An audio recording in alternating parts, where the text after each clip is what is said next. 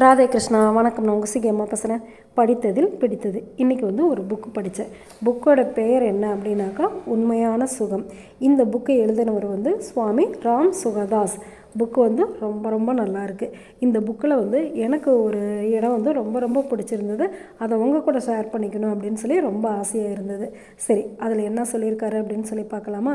இந்த இல்லற வாழ்க்கையில் இருந்துக்கிட்டே நம்ம பணம் சம்பாதிக்கலாமா, வசதியான வாழ்க்கை நடத்தலாமா, ஆனால் அது பேராசை உணர்வோடு இருக்கக்கூடாது அப்படின்னு சொல்கிறாரு. அதன் நம்ம சம்பாதிக்கிற பணம் மற்றவங்களுக்கு உதவி செய்யணும்.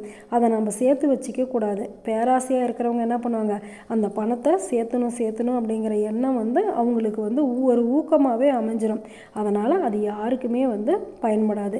எந்த செல்வம் தனக்கோ பிறருக்கோ உபயோகப்படவில்லையோ அந்த பணம் இருக்கிறதே தப்பு தான்.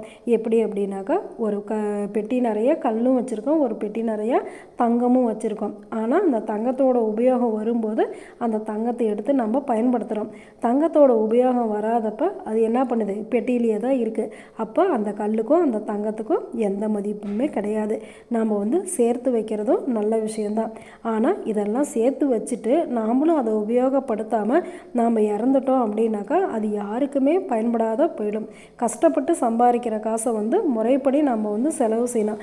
அப்படி நாம் செலவு செஞ்சோம் அப்படின்னாக்கா அது நம்மளுக்கும் பயனை கொடுக்கும், பிறருக்கும் பயனளிக்கும் அப்படின்னு சொல்லி இந்த புக்கில் சொல்லியிருக்காங்க. எந்த விதமான செலவு அவசியமோ அந்த விதமான செலவுகளை நம்ம செய்யணும். அது மட்டும் இல்லை, நியாயமான முறையிலே நம்ம பணத்தை சம்பாதிக்கணும். இதுதான் மனிதத்தன்மை. பேராசையில் சிக்கிக்கக்கூடாது அப்படின்னு சொல்லி இந்த புக்கில் படித்தது எனக்கு ரொம்ப ரொம்ப பிடிச்சிருந்தது.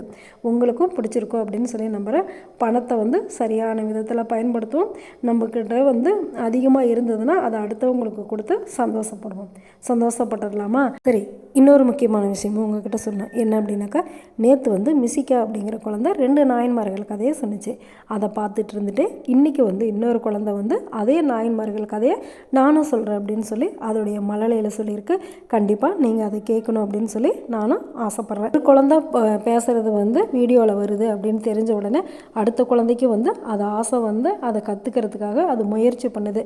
இதில் ஒரே ஒரு விஷயம் என்ன அப்படின்னாக்கா, நாயன்மார்களுடைய கதையை பார்க்க குழந்தைங்களுக்கே இன்ட்ரெஸ்ட் அதிகமாக வருது. இவங்க கதை என்ன அப்படின்னு சொல்லி அந்த குழந்தைங்க கேட்டு தெரிஞ்சிக்கும் போது நம்மளுக்கும் அதை இன்னும் தெரிஞ்சிக்கணுங்கிற ஆர்வத்தை அந்த குழந்தைங்க மூலமாக நாமளும் கற்றுக்குறோம். குழந்தைங்களும் நிறையா கதைகள் கற்றுக்கிறதுக்கு இது ஒரு நல்ல முயற்சியாக இருக்குது. உங்கள் வீட்லேயும் இதை ட்ரை பண்ணி பாருங்கள். உங்கள் வீட்டில் இருக்கிற குழந்தைங்களுக்கும் நாயன்மார்கள் கதையை சொல்லிக் கொடுங்க. ட்ராவல் வித் சுகியில் அந்த குட்டி மழலையை சொல்கிறத கேட்டு பாருங்கள். உங்களுக்கும் ரொம்ப பிடிக்கும் அப்படின்னு சொல்லி நான் நினைக்கிறேன். வாழ்த்துங்கள், வளர்கிறோம். நல்லது நினைப்போம், நல்லதே நடக்கும், ஆனந்தமாக இருப்போம். ஓகே, பாய். ராதே கிருஷ்ணா.